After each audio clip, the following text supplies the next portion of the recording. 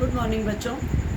आज हम लोग बच्चों लैंग्वेज में लेसन 4 संधि, जिसका कि बच्चों हम लोगों ने सबसे पहले पढ़ा था संधि किसे कहते हैं।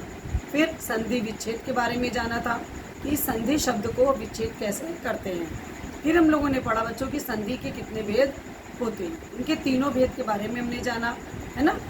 तो अब हम लोग क्या पढ़ेंगे, अब आप देखेंगे कि इसके पश्चात हम लोगों ने तीनों भेद जान लिए थे, स्वर संधि, व्यंजन संधि और विसर्ग संधि।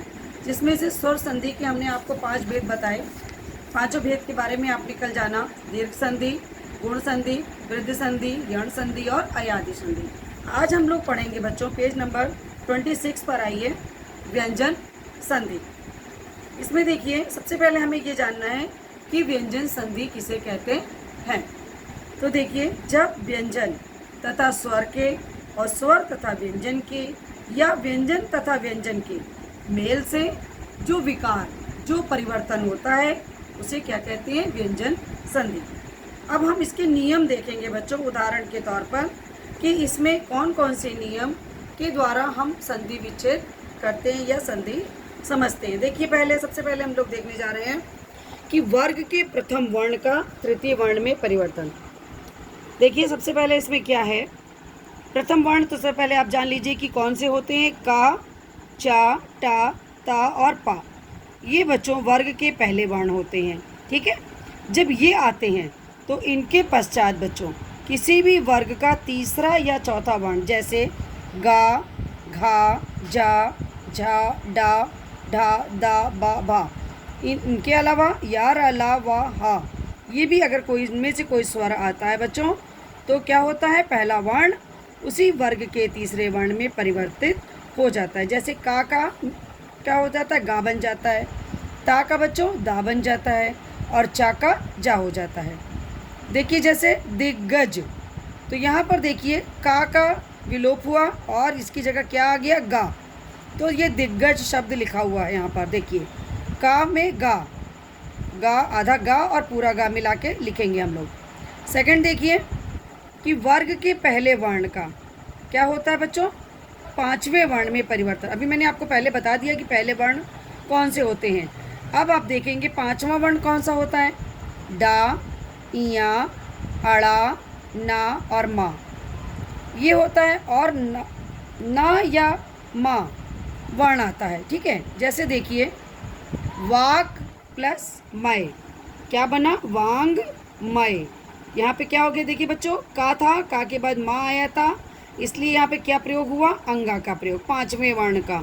ठीक है, नेक्स्ट देखिए, अब हम देखेंगे इसमें ता संबंधी कुछ विशेष नियम होते हैं बच्चों। यदि ता के बाद ला हो तो ता ध्वनि ला में बदल जाती है। जैसे देखिए उत प्लस लेख, क्या बना बच्चों यहाँ पर, उल्लेख। यहाँ पर देखिए ता की जगह क्या बन गया, ला। तत्लीन, तो यहाँ पे ता की जगह ला। ठीक है, तल्लीन।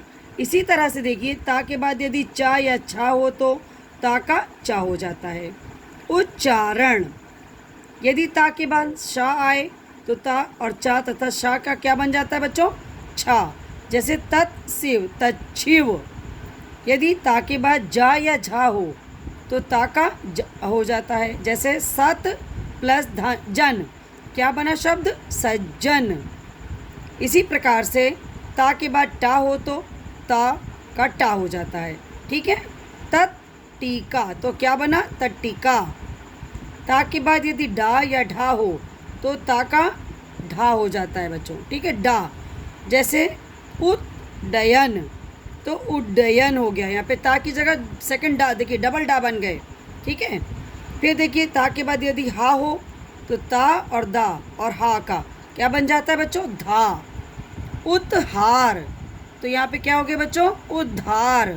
ठीक है, नेक्स्ट देखो, स्वर के बाद यदि छा वर्ण आ जाए तो छा से पहले चा वर्ण जोड़ दिया जाता है। विच्छेद, वी प्लस छेद है, यहाँ पे क्या लगा आपके, देखिए आधा चा, विच्छेद।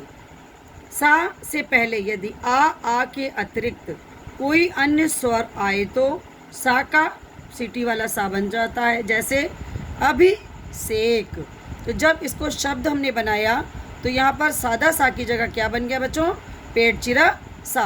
अभिषेक, ठीक है। ना का ड़ा में परिवर्तन, यदि री रा और शा के बाद ना हो तो ना का ड़ा हो जाता है।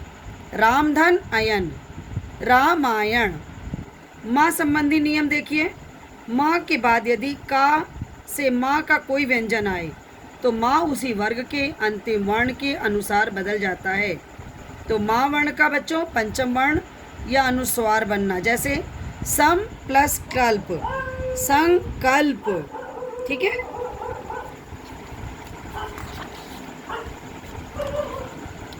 नेक्स्ट देखिए, माँ से पहले यदि माँ हो तो द्वित हो जाते हैं।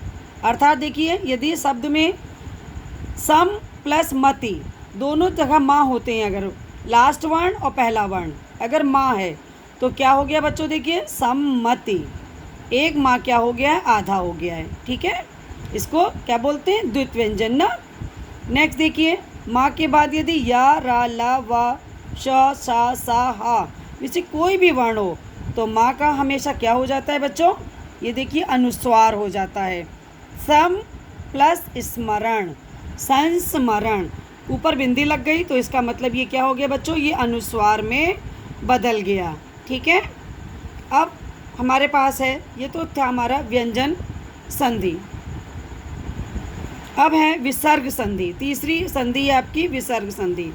विसर्ग में देखिए, आप देख रहे हैं विसर्ग का चिन्ह लगा हुआ है यहाँ पर, दोनों बिंदी। उसके बाद स्वर अथवा व्यंजन आने पर जो विकार या परिवर्तन होता है उसे विसर्ग संधि कहते हैं, ठीक है बच्चों। कल इसको हम लोग बच्चों आगे विस्तार से पढ़ेंगे।